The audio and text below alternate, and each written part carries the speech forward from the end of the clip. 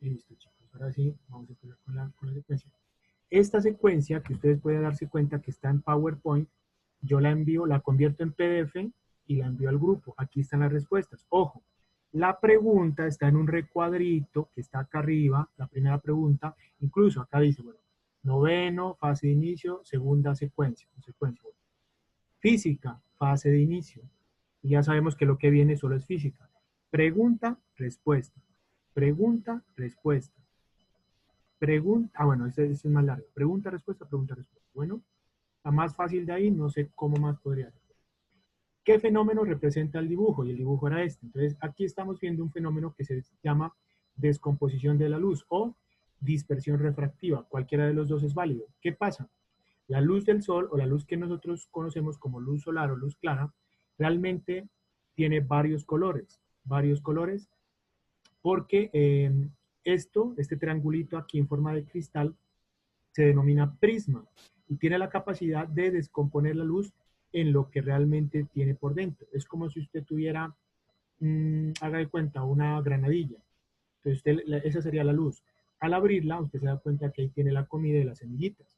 Lo mismo pasa acá. La luz viene encapsulada. Al pasar por el prisma, se abre y tiene toda esta cantidad de colores, que realmente eso se conoce como espectro electromagnético. ¿Ya? El espectro de la luz, básicamente, el espectro de la luz, y son los colores del arco iris. Este fenómeno es el que permite que los arcoíris se formen. ¿Sí? Este fenómeno de descomposición de la luz del prisma lo descubrió Newton, ¿no? Él fue el que más le dedicó tiempo a esto. Segunda pregunta, ¿qué tipos de ondas electromagnéticas existen? No voy a entrar aquí a discutir tanto porque simplemente es nombrarlas, simplemente voy a dar un pequeño esbozo, pero aquí tenemos las que existen. La primera y la más corta, o sea, la onda más corta o de más baja frecuencia es la del radio, ¿sí? Hay una estación donde sale la información, atraviesa por medio de un modulador de frecuencia, que es el que, digamos, convierte las señales desde la música, de lo que está transmitiendo el locutor, a una torre. La torre hace las veces como difusor y las envía esas ondas de radio por el medio y llegan a nuestros radios. De este tipo de señales puede ser televisión, radio y teléfono también, ¿no? Algunos teléfonos que son por ondas, por radiofrecuencias que llaman. Esa es la onda más bajita. Sigue otra que es un poquito más grande que la anterior y son los microondas. Y nosotros lo hemos visto cuando algunos de nosotros tenemos un microondas en la casa. Entonces esos microondas lo que hacen es tirar estas ondas que son así muy pequeñitas, muy pequeñas, y lo que hacen es estimular cada átomo de lo que nosotros estamos calentando, en este caso un pollo. Las estimulan tanto que las partículas del pollo empiezan como a vibrar unas con otras y esa vibración hace que tengan fricciones, como ustedes en sobar así, pero por partículas, y eso genera temperatura, aumenta la temperatura y por eso se calienta.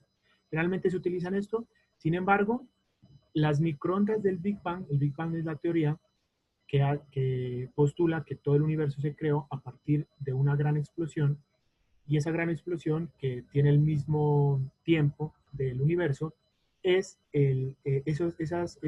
gran explosión generó esas microondas que hasta el día de hoy siguen saliendo, ¿no? Siguen saliendo.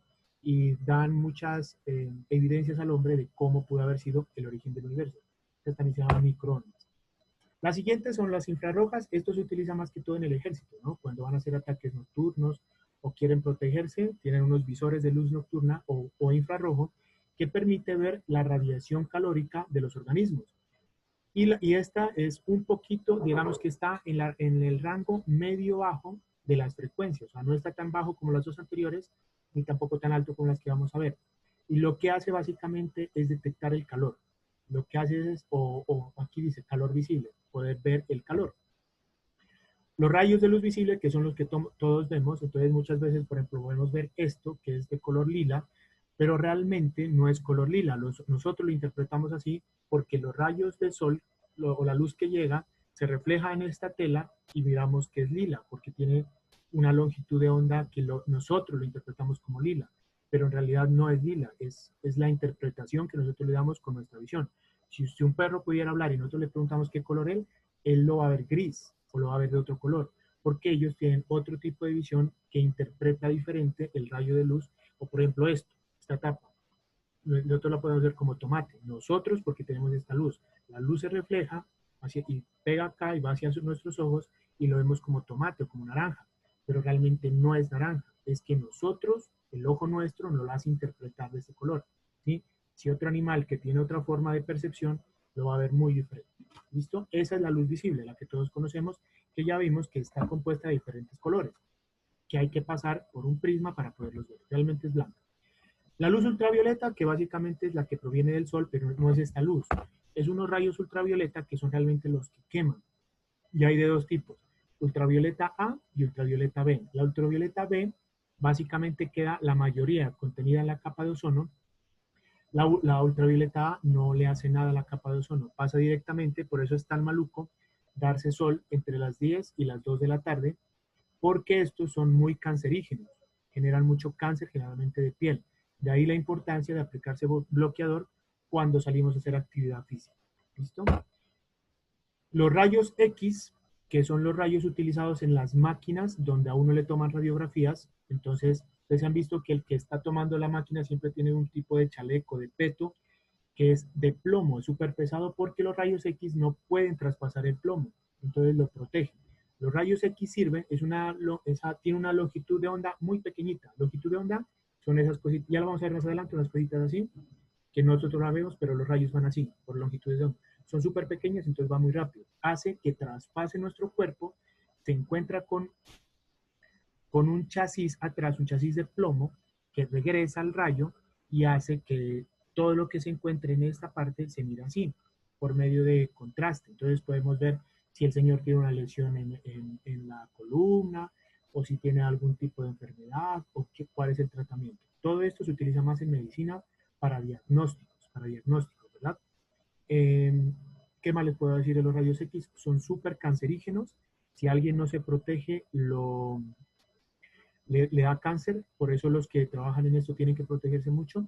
Y también algunos, por ejemplo, púlsares, supernovas, agujeros negros, esos cuerpos o esos tipos de procesos que se dan en el cosmos en formación de nuevas cosas, están generando rayos X y generalmente los científicos que trabajan en eso los captan y empiezan a entender si se formó un agujero negro, si no se formó, cómo va eso y aquello.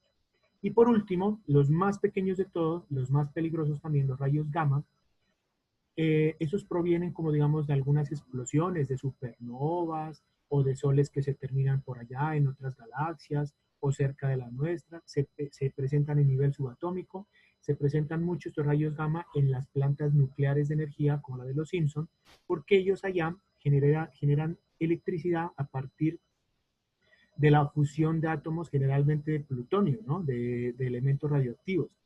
Esto se calienta hartísimo y le aplican agua, entonces de una lo convierte en vapor y genera movimiento de máquinas. Al mover las máquinas, se mueve una turbina y eso genera electricidad.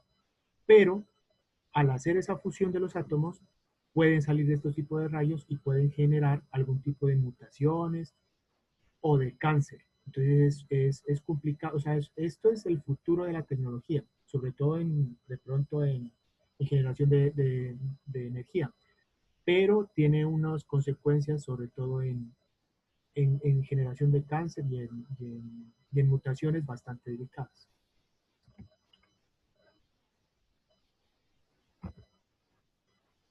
Bueno, sigamos, ya falta.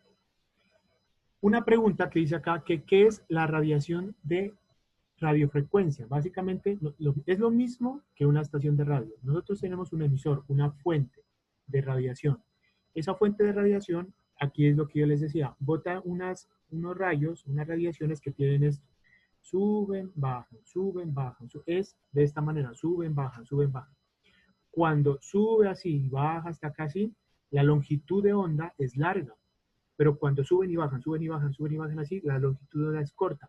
Entre más corta sea la longitud, o sea, más hacia arriba y hacia abajo, más así, no tanto hacia alargada, tiene más energía, tiene más energía. Entonces, en esta fuente de emisión se empieza a generar esos campos, todo esto hasta donde llega el receptor sería, digamos, el radio. Aquí sería la torre y aquí sería el radio.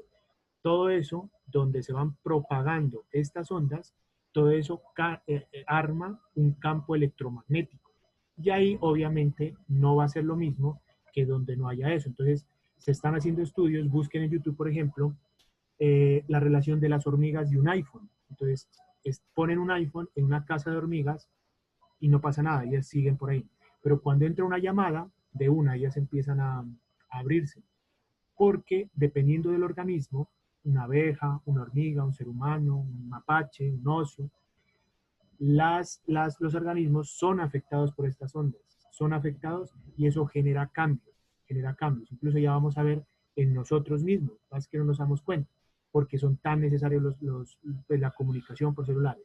De todas maneras, la energía de estas ondas empieza a disminuir entre más se alejan de la fuente. O sea, aquí es más, al lado del emisor, aquí en el receptor ya es menos. Listo, ya es menos. O sea, depende de donde uno se ubique, se va a ver más afectado o menos afectado por esas ondas. ¿Listo? Las ondas, recordemos, ¿no? Lo que está en blanco es el campo eléctrico que va así, yo les había dicho la vez pasada, así, porque es como una estrella, ¿no? Así, todo es el campo eléctrico, pero tienen ondas de este lado, que va así, o sea, este va así, de lado y lado, ondas de este lado y ondas de este lado. ¿Sí lo pueden ver? Y lo negro son el campo magnético, por eso se llama campo electromagnético, tiene de las dos, ¿listo? Tiene de las dos. Lo que les decía, ¿cuál es la radiación más peligrosa? Aquí hay dos preguntas, ¿no? Los más peligrosos son los rayos X, ya lo dijimos, y los rayos gamma porque son altamente cancerígenos, ¿no? Y pueden incluso producir quemaduras o cáncer. Cuando hablamos de energía ionizante, que ioniza, o sea, electrifica, este campo eléctrico de aquí, de esas ondas que estamos hablando, de las gamma y de los X, tienen el potencial de ionizar lo que atraviesan. Entonces, atraviesan nuestras células y ¿qué hacen? Las empiezan a modificar, empiezan a generar cáncer y ese tipo de cosas. Entonces, por eso es tan delicado estar en contacto con estas y por eso cuando a uno le toman una radiografía, lo protegen tanto de otros órganos. O sea, digamos, si es en la pierna, le ponen el peto y todo eso para que los órganos nuestros no se van afectados. Ahora sí, ¿qué enfermedades producen los celulares? Entonces, vamos con cifras. Hay 5.000 millones de celulares o más, 5.000 millones. El 40% de la gente sufrimos riesgo de tumores cerebrales por causa de los celulares, por causa de los celulares. 13.000 personas entre los 30 y 60 años han sido estudiadas y han arrojado estos resultados. 13.000 personas, no es poco. Entonces, en menor porcentaje puede provocar tumores cerebrales, tumores en el nervio acústico, en el que nos lleva la información que nosotros escuchamos en los oídos hasta el cerebro, y tumores en las glándulas parótidas, ¿sí? Y algunos daños colaterales, por ejemplo, cáncer de ojos, enfermedades neuronales como el Alzheimer, que es olvidarse de las cosas y olvidarse incluso hasta del nombre cuando uno llega a viejito, la presión alta y dolores de cabeza. Entonces, ¿qué se recomienda? Utilizar ojalá lo que yo estoy utilizando y tenerlo el celular lo más lejos posible y pues tratar de no estar tan pegado. Sobre todo, se dice que el celular empieza a generar más radiación cuando la señal es baja. Entonces, si la señal es baja, tratar de no hablar tanto. Tratar de utilizarlo cuando la señal del operador sea alta. ¿Listo? Eso fue física, es lo más largo. Ya biología química es muy sencillo. Entonces, vamos, este cuadrito es la tarea de biología. Ya está realizado, ya está realizado. Vamos a hablar, la fase de inicio es monogamia y poliginia. Monogamia es la misma pareja para toda la vida. Los animalitos que son fieles con su pareja. ¿Sí? La poliginia es lo contrario. Un macho tiene muchas hembras y eso se llama poliginia. Pero también hay otra que se llama, que la hembra tiene muchos machos. Esa se llama androginia, que entra dentro de esta también. Bueno, las ventajas de la monogamia, de tener una sola pareja. Mayor cuidado de las crías, porque dos se apropian de la cría, la cuidan mucho. Ustedes saben que hay muchas especies, los machos se pelean por las hembras, ¿ya? En este caso no, porque ya saben que cada quien tiene la suya, entonces se ahorran energía, se evitan combates entre machos para pelear contra la hembra.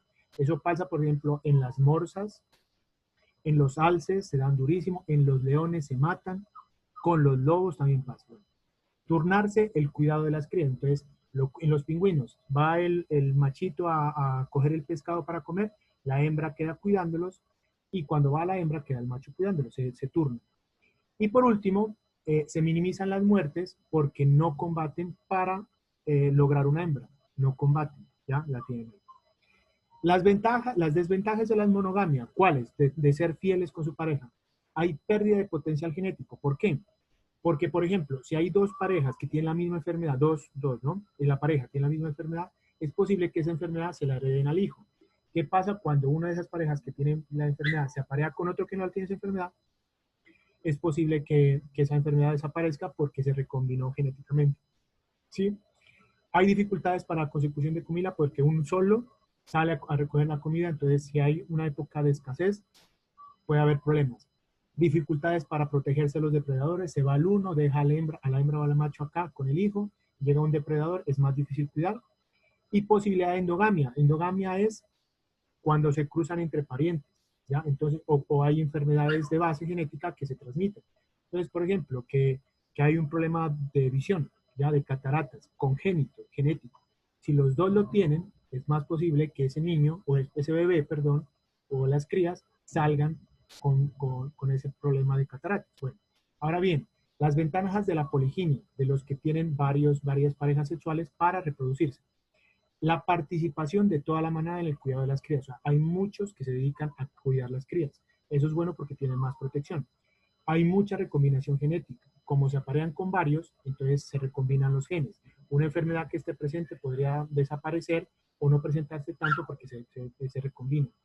Los cachorros aprenden de toda la manada, no solo de sus dos padres, sino de toda la manada. Entonces aprenden más formas tal vez de supervivencia y demás cosas. Más posibilidades de defenderse de predadores, claro, porque hay varios al cuidado de las crías y ahí hay más posibilidad de defenderse. ¿Sí? Las desventajas es que no hay un responsable del cuidado de las crías, si bien hay varios, pero no hay uno que responda como padre como tal o madre como tal. Muchas veces hay infanticidio. ¿Qué quiere decir eso? Que por ejemplo en los leones nace un macho y generalmente el macho alfa lo mata porque es competencia para él. Entonces eso se llama infanticidio. Muchas muertes por lucha de hembra, entonces llega otro macho a quererse quedar con el harén de las leonas y ¿qué pasa ahí? Hay un combate a muerte. Entonces también se pierden muchas vidas por eso. Y hay un gasto energético por la lucha, entonces a veces no se matan, pero pierden muchas energías luchando por las hembras. Ese es el cuadrito de biología, muy sencillo. Y vamos con química. En química, bueno, vamos a ver 3 pedacitos. Lo primero, y justo aquí, lo primero es poder convertir de grados centígrados a grados Kelvin. Es lo más fácil del mundo. Acá están los grados centígrados, los voy a convertir a grados Kelvin. Lo único que yo tengo que hacer es coger la calculadora y ponerle 25, conviértalos en grado Kelvin, más 273. Y eso es la respuesta en grado Kelvin. 13, convierte en Kelvin, más 273. Esa es la respuesta. 35, más 273. Esta es la respuesta. Lo único que yo debo hacer para convertir de grados centígrados a grados Kelvin es tomar el dato en grados centígrados y sumarle 273. Y tengo la respuesta en Kelvin. Pues acá están en centígrados, acá están en Kelvin. ¿Qué hice? Le sumé 273. No es más. Aquí hay varios ejemplos. Bueno, aquí esto no hace parte, pero hace parte del ejercicio, no hace parte pues, de la explicación, ya lo vimos, ¿no? Un gas ideal tiene varias condiciones. Debe estar a 273 Kelvin. 273 Kelvin, si le restamos, quiere decir que está a 0 grados centígrados, ¿no? 0 grados centígrados o 273 Kelvin, es lo mismo. La presión debe estar a 1 atmósfera. Ese es un gas ideal, tiene que estar así. El volumen a 22.4 litros, 1 mol, y a esta constante. Eso es, esta constante ya le dije la vez pasada, ¿no? Es siempre la misma, ¿no? No va a cambiar. Cuando encontremos esto es porque esas son las condiciones ideales de un gas. No puede ser 2 atmósferas, no puede ser 30 litros, no puede ser 280 Kelvin. Tiene que ser estas condiciones de temperatura, de presión, de volumen. Más que todas estas 3. Temperatura, presión y volumen. Bueno, listo. Ahora sí dice, desarrolla el siguiente ejercicio. Vamos por partes, no nos preocupemos. Este ya es el desarrollo del ejercicio. Un gas, ¿no? Un gas ocupa 12.5 litros. Entonces, vamos llenando esta tablita. Volumen inicial, 12.5 litros. Porque aquí dice, un gas ocupa 12.5 litros. Volumen inicial. A 40 grados centígrados. Entonces, temperatura inicial, 40 grados centígrados. ¿Sí o qué? y 0,550 atmósferas. Presión inicial 0,50 atmósferas. Recordemos, los litros son volumen, las atmósferas son presión, los centígrados son temperatura. ¿Listo? Eso lo vimos en la sesión pasada. Ahora sí pregunta. Vamos a ver las condiciones finales. Volumen, presión, temperatura inicial. Ahora sí, volumen, presión, temperatura final.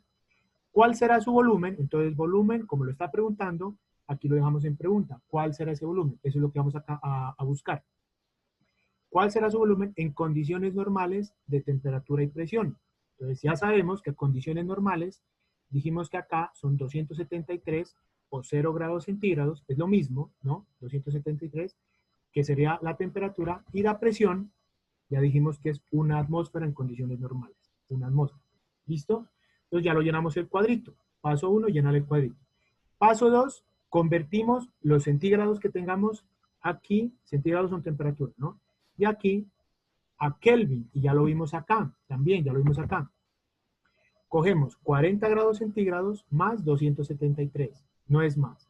Eso me da 313 Kelvin, o sea, 40 grados centígrados es lo mismo que 313 Kelvin. Y cogemos 0 grados centígrados, le sumamos 273 y esto me da 273 Kelvin. Solamente recuerden, es sumarle 273 y los convertimos en Kelvin, no es más. Listo el paso 2, ahora sí el paso 3. Aplicamos la siguiente fórmula. Nosotros vamos a buscar volumen 2 o V2 o volumen final. Entonces, el volumen final va a ser igual. Esta fórmula ahí la tienen siempre.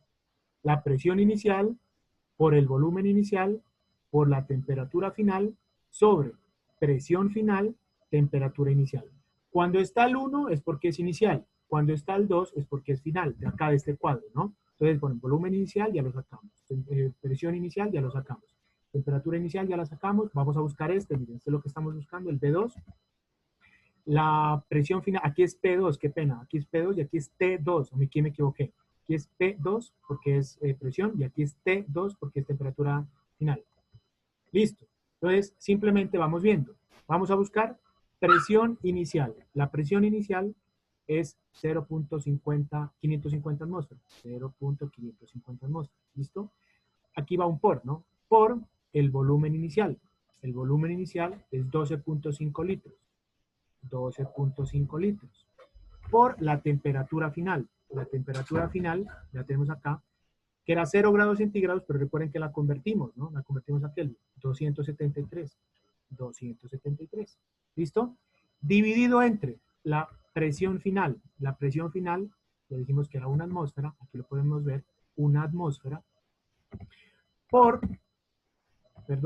la temperatura inicial. La temperatura inicial, 40 grados centígrados. Pero recordemos que los convertimos en Kelvin, 313 Kelvin. Ahora sí bien, aquí les doy la clave. Las unidades en rojo son unidades de presión en atmósfera. Cancelo atmósferas con atmósferas. Las unidades de volumen son las verdes, que dan en litros. Aquí está en litros. Eso es como nos va a quedar el ejercicio, en litros, porque estamos buscando volumen, volumen, volumen. Y las unidades en amarillo son en temperatura y están en Kelvin. Entonces cancelamos Kelvin con Kelvin. Si cancelamos atmósferas con atmósferas y Kelvin con Kelvin, ¿en qué nos queda la respuesta? En litros.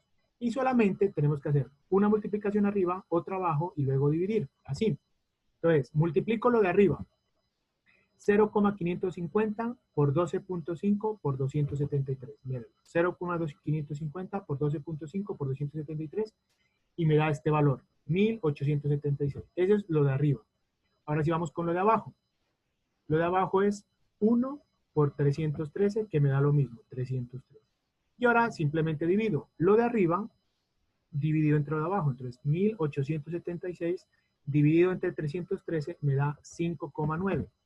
Es decir, lo que multipliqué acá dividido entre esto me da 5,9. Y la respuesta, la única variable que tenemos es litros. Entonces, 5,9 litros. Entonces, la pregunta es, ¿cuál será el volumen en condiciones normales de temperatura y presión?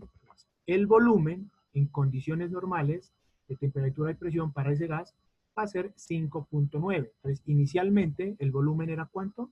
Era 12.5 porque estaba a otras condiciones. Como cambiamos las condiciones, el volumen bajó a 5.9. Y esos son los ejercicios. simplemente siempre vamos a utilizar esta fórmula, siempre, siempre, siempre, y simplemente reemplazamos, buscamos dónde está la presión inicial, cuál es el volumen inicial, cuál es la temperatura final, la presión final, la temperatura inicial, y procedemos. La única cosa que tenemos que tener en cuenta es que no podemos trabajar en grados centígrados. Siempre tenemos que trabajar en grados Kelvin. Entonces, los grados centígrados que nos den acá, los convertimos en Kelvin. ¿Cómo convertimos en Kelvin? Sumando 273. Solamente sumando 273 y listo. Las condiciones ideales de un gas, aquí las tenemos, aquí las tenemos. Temperatura a 273 Kelvin, presión a 1 atmósfera y volumen a 22.4 litros. Esas son las condiciones normales. La tablita vuelve y juega, volumen inicial nos lo da aquí, 12.5, presión inicial nos lo da aquí, 0.5, 550 atmósferas, y temperatura inicial nos la da aquí, 40 grados centígrados.